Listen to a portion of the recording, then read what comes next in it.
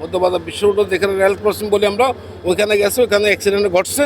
Accident করার মধ্যে ওইখান থেকেই এই সার্ভিস করতে করতে আমরা তিনজন প্রথমে ডেড বডি পাই। তিনজন ডেড বডির মধ্যে দুজন পুরুষ, একজন মহিলা। কিন্তু আমরা আসার আগে স্থানীয় পুলিশ এবং লোকজন মিলে আরও 4জন ডেড বডি পাইছে শুনছি। এগুলো মোট 7জন কি ডেড বডি হাসপাতালের উদ্দেশ্যে চলে গেছে। এবং প্রথমার্ধে আমরা 3জন আহত পাইছিলাম। নায়াসিনামাইড ও স্যালিসাইলিক সমৃদ্ধ লিলি ফেস ওয়াশ যা ফেসের ডেড স্কিন সেল দূর করে দেয় দ্বিগুণ ফাস্টার ব্রাইটেনিং। ডানা বামে এখন লাস্টে দুই পাশে আবার সার্ভে করি আরেকজন আহত ব্যক্তির সন্ধান পাই। এই আহত ব্যক্তি পার্শ্ববর্তী আবাসিক ঘরে অবস্থান করছিল, তার এখন যন্ত্রণা পাইছে, সংবাদ পাইছে, ওইটাকে নিয়ে আবার এখন শেষ প্রান্তে আবার হাসপাতালে পাঠাইছি। তার মানে 7জন আমরা আহত পাইছি, মোট 7জন নিহত সংবাদ আমাদের হাতে আছে। মেইন রোড একটা ট্রেন রাস্তা যেটা আছে, ওই ট্রেন রাস্তার মাধ্যমে বাসও যাওয়ার রাস্তা আছে।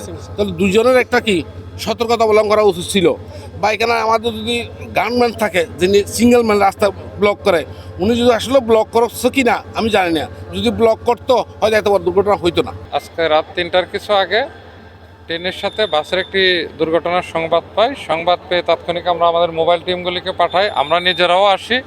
সেই সাথে ফায়ার সার্ভিস এবং স্থানীয় যে লোকজন আছে, রেলওয়ে পুলিশ, তারাও আসে। এসে আমরা সর্বাত্মক চেষ্টা করি আহত যারা তাদেরকে হাসপাতালে পাঠানোর জন্য, সেই সাথে যারা নিহত হয়েছে তাদেরকেও উদ্ধার করার জন্য।